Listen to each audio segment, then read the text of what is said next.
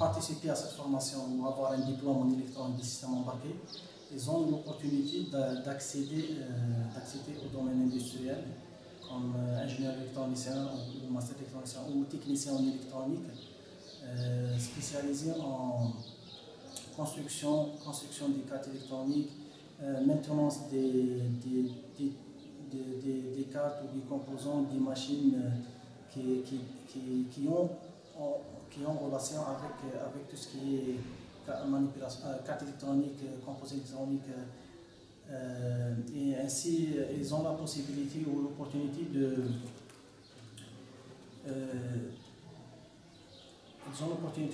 aussi d'aller plus loin en constituant des startups pour la construction ou pour la conception des cartes électroniques pour les entreprises ou les compagnies industrielles.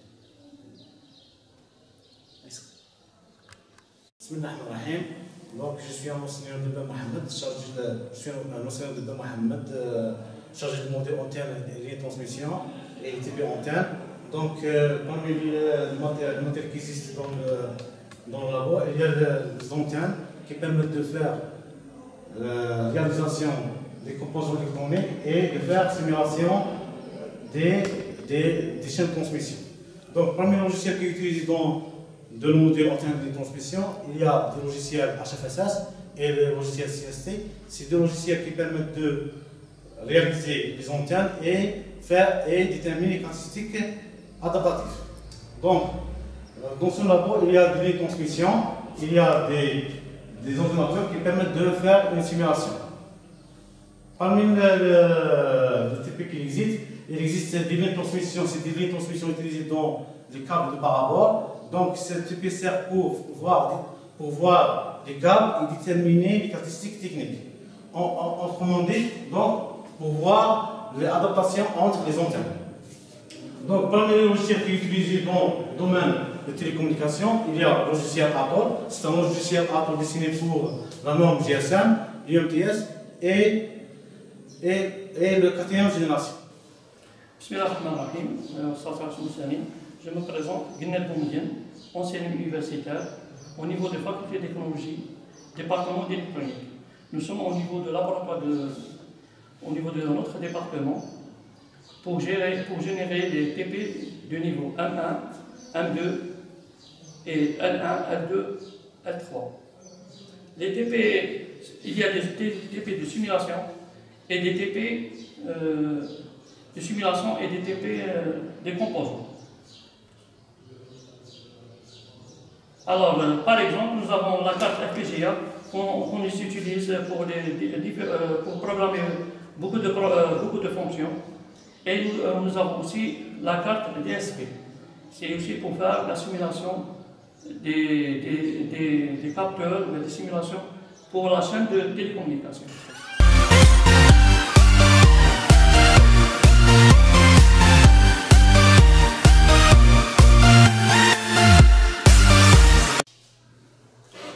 Salam alaikum, chef département téléphonique, Benjoua Ahmed. Je vais vous présenter la structure et les formations qui existent dans le département téléphonique. Je commence par les niveaux de licence. Nous avons 3 spécialités en licence qui sont l'automatique, l'électronique et télécommunication. Donc, ces trois filières ont une suite en master. En master, nous avons la suite de l'automatique qui va être spécialisée en automatique et informatique industrielle. L'électronique qui va être spécialisée en électronique des systèmes embarqués. Et télécommunication va être spécialisée dans les systèmes de télécommunications. Chaque spécialité englobe presque un seul groupe, dans les environs de 30. À peu près, nous avons pour chaque spécialité, dans chaque niveau, 30 étudiants et plus, ou au moins à peu près de quelques étudiants. Donc, le groupe formateur se compose de trois spécialités des enseignants. Le premier groupe contient 14 enseignants pour la spécialité télécommunication et 18 enseignants pour les 2 filières automatiques et l'électronique, plus le système embarqué ou l'automatique informatique industrielle. Donc, le programme de ces 3 spécialités a un très bon avenir en Algérie. Parce qu'en télécommunication, il y a des débauchés sur Algérie Télécom et toutes les entreprises, qui utilisent la télécommunication. Il y a aussi pour l'électronique qui, dans le monde et dans l'Algérie, c'est un marché très vif. Et pour l'automatique, toutes les industries algériennes ou internationales utilisent beaucoup l'automatique, même à un niveau ou à un pourcentage très élevé pour l'utilisation de l'automatique. Nos étudiants ont une très bonne formation, surtout dans les domaines d'application, parce que nous avons presque 6 salles d'ITP, plutôt laboratoire. Chaque laboratoire est spécialisé dans un domaine bien spécifié. Nous avons le premier laboratoire spécifié pour les étudiants de l'automatique qui réalisent dessus leur maquette et leur réalisation de fin d'études et réalisent des TP programmés par le CPNI. Donc le deuxième laboratoire est consacré pour les étudiants de 2e année et de M2 pour la programmation des microprocesseurs et tout circuit logique. Et nous avons aussi un 3e laboratoire qui est consacré pour les TP des 2e année et 3e année plus le master, qui englobe les maquettes d'électronique générale, les maquettes d'électrotechnique générale, et qui réalise aussi tous les TP programmés par le CPND.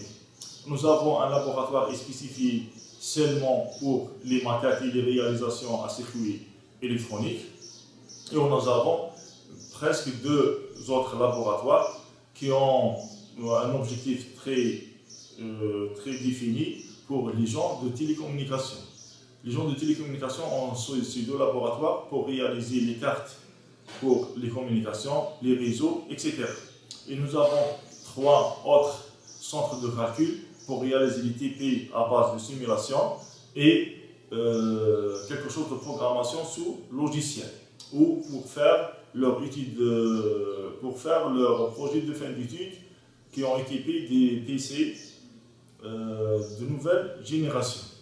Notre département a presque, ce n'est pas toutes, les motivations et le matériel nécessaire pour réaliser une formation adéquate à nos étudiants. J'espère bien que nos étudiants aiment notre département et contribuent pour leur formation et l'acceptent comme une alternative pour leurs besoins et leurs demandes sur leur vie privée plutôt ou vie professionnelle, etc. Merci beaucoup pour votre attention. Bismillah, salam alaikum. Je vais vous présenter le labo de l'automatique qui contient plusieurs sujets de recherche. Ce sont des projets de fin d'études à les étudiants et le matériel qui compose notre laboratoire pour réaliser les TP programmés par le CPND. Donc, au début de notre réalisation, au début de notre travaux, nous avons commencé par des petits projets, surtout dans le domaine de l'automatique en application avec les automates programmables industriels. Donc, nous avons fait des concepts de base pour les tapis roulants qui ont été directement programmés automatiquement. Donc, ensuite, nous avons fait un éclairage d'une installation, d'une structure à base d'automates pour le contrôler automatiquement. Ensuite, nous avons réalisé un concept très simple pour un feu rouge d'une installation électrique, plutôt d'une installation urbaine. Ensuite, nous avons réalisé un distributeur automatique pour les boissons, qui a été déjà présenté dans je pense, dans un concours national. Ensuite, on a réalisé avec les étudiants de 3e année électronique un parking vertical qui a été conçu par des étudiants de 3e année en automatique, qui a été très bien réalisé et a donné un très bon résultat. Donc, la suite de nos travaux a été réalisée. La suite de nos travaux fait plusieurs objectifs. Donc, avec le Covid-19, nous avons fait un concept ou un petit organigramme, plutôt un concept d'un tunnel désinfectant qui a été réalisé aussi par les 3e années dans un projet de fin d'études qui a donné de très bons résultats. C'est une maquette ensuite les étudiants ont envisagé pour l'améliorer en 2e année master. Donc il y a aussi une maquette de manutention ou d'une sortie du four pour réaliser la manutention ou l'empilage des briques ou un produit sortant d'un four ou d'un usinage. Et aussi, les étudiants de 3e année, ça fait 2 années, ont fait une conception d'un prototype d'un pont qu'ils ont réalisé, où là on imaginait que c'était un pont géré automatiquement. Donc, avec la présence du bateau, le pont va s'élever et les barrières vont descendre. Ensuite, avec le passage du bateau, le pont va redescendre et les barrières vont s'élever et laissent le trafic marcher. Donc, toutes ces réalisations ont été faites par les étudiants dans notre département afin de réaliser ou faire la pratique des automates programmables industriels. Et on a réalisé aussi une porte automatique, seulement c'est un prototype qu'on a réalisé pour le faire. Aussi, ils ont amélioré un tapis roulant pour les évacuations des pièces d'un système autonome de production. Et il a très bien marché. Il a donné de très bons résultats. Tous ces projets de fin d'études ont utilisé le matériel du laboratoire de l'automatique. C'est pour ça que la majorité des concepts leur manque la partie commande, parce qu'elle a été chaque fois changée pour laisser à d'autres les étudiants pour faire leur TP et leur matériel. Tout ce matériel qui a été conçu ou a été désigné pour les gens des projets de fin d'études, et l'utilisation des automates, l'utilisation des capteurs, etc. Tous les concepts voulus sont ici dans ce laboratoire. On veut utiliser ces laboratoires. Donc nous avons des moteurs pour leur réalisation et nous avons d'autres maquettes pour faire d'autres TP, comme les capteurs, des mesures, l'électronique, etc., etc. Ce laboratoire est principalement désigné aux étudiants qui veulent faire des réalisations ou qui veulent faire des projets de fin d'études. Et merci pour votre attention. Et ça, c'est notre laboratoire pour l'automatique. Merci.